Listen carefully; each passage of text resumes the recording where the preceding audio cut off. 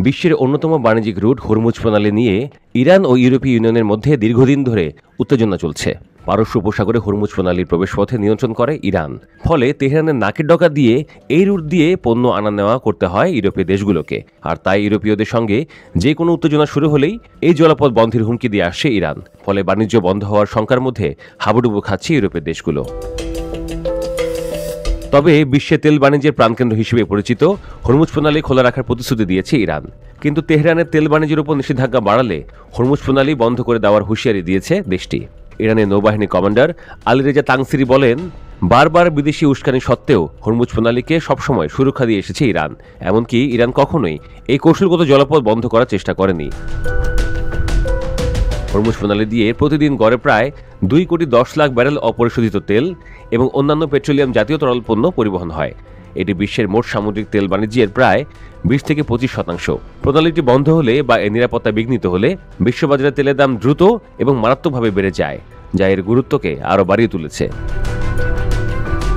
Hormuz প্রণালীকে বিশ্বের গুরুত্বপূর্ণ তেল পরিবহনের ধমনী উল্লেখ করেছেন ইরানের নৌবাহিনী কমান্ডার আলীরেজা তাংসিরি। তিনি বলেন, এই রুট বিশ্বজুড়ে জ্বালানির যোগানে গুরুত্বপূর্ণ ভূমিকা রাখে। তবে পারস্য উপসাগরে বিদেশি পারমাণবিক শক্তিচালিত জাহাজ পরিস্থিতিকে অস্থিতিশীল করে তুলছে বলে অভিযোগ করেছেন তিনি।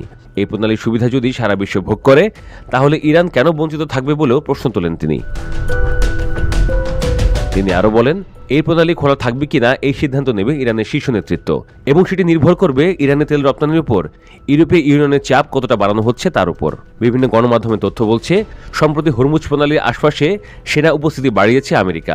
2টি বিমানবাহী রণতরী, ডেস্ট্রয়ার ও F-35 ও F-16 যুদ্ধবিমান মোতায়েন করেছে ট্রাম্প প্রশাসন। এর সমালোচনা করে তাংসিরি বলেন, কিছু বিদেশি শক্তি ইচ্ছাকৃতভাবে এই অঞ্চলে অস্থিরতা তৈরি করতে চায়। ইরান কারো উপর আগ্রাসন চালায় না।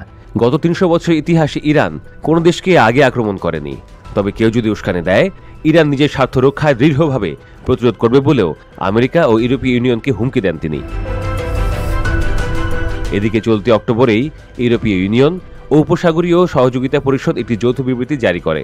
বিবৃতিতে তারা আবু মুসা, গ্রেটা তুনব এবং লেজার তুনব নামের 3টি দ্বীপের দখল ছেড়ে দেওয়ার আহ্বান জানায়। এই বিবৃতির তীব্র বিরোধিতা করেছে ইরান। দেশটির পার্লামেন্টের স্পিকার মোহাম্মদ বাকের কালিবাফ বলেন, উপসাগরীয় সহযোগিতা পরিষদ ও ইউরোপীয় ইউনিয়নের অবাঞ্ছিত ও ভিত্তিহীন মন্তব্য মেনে নেওয়া হবে না। ইরানের ভূখণ্ডের 1 ইঞ্চিও ছাড় দেওয়া হবে না বলেও হুঁশিয়ারি দেন তিনি।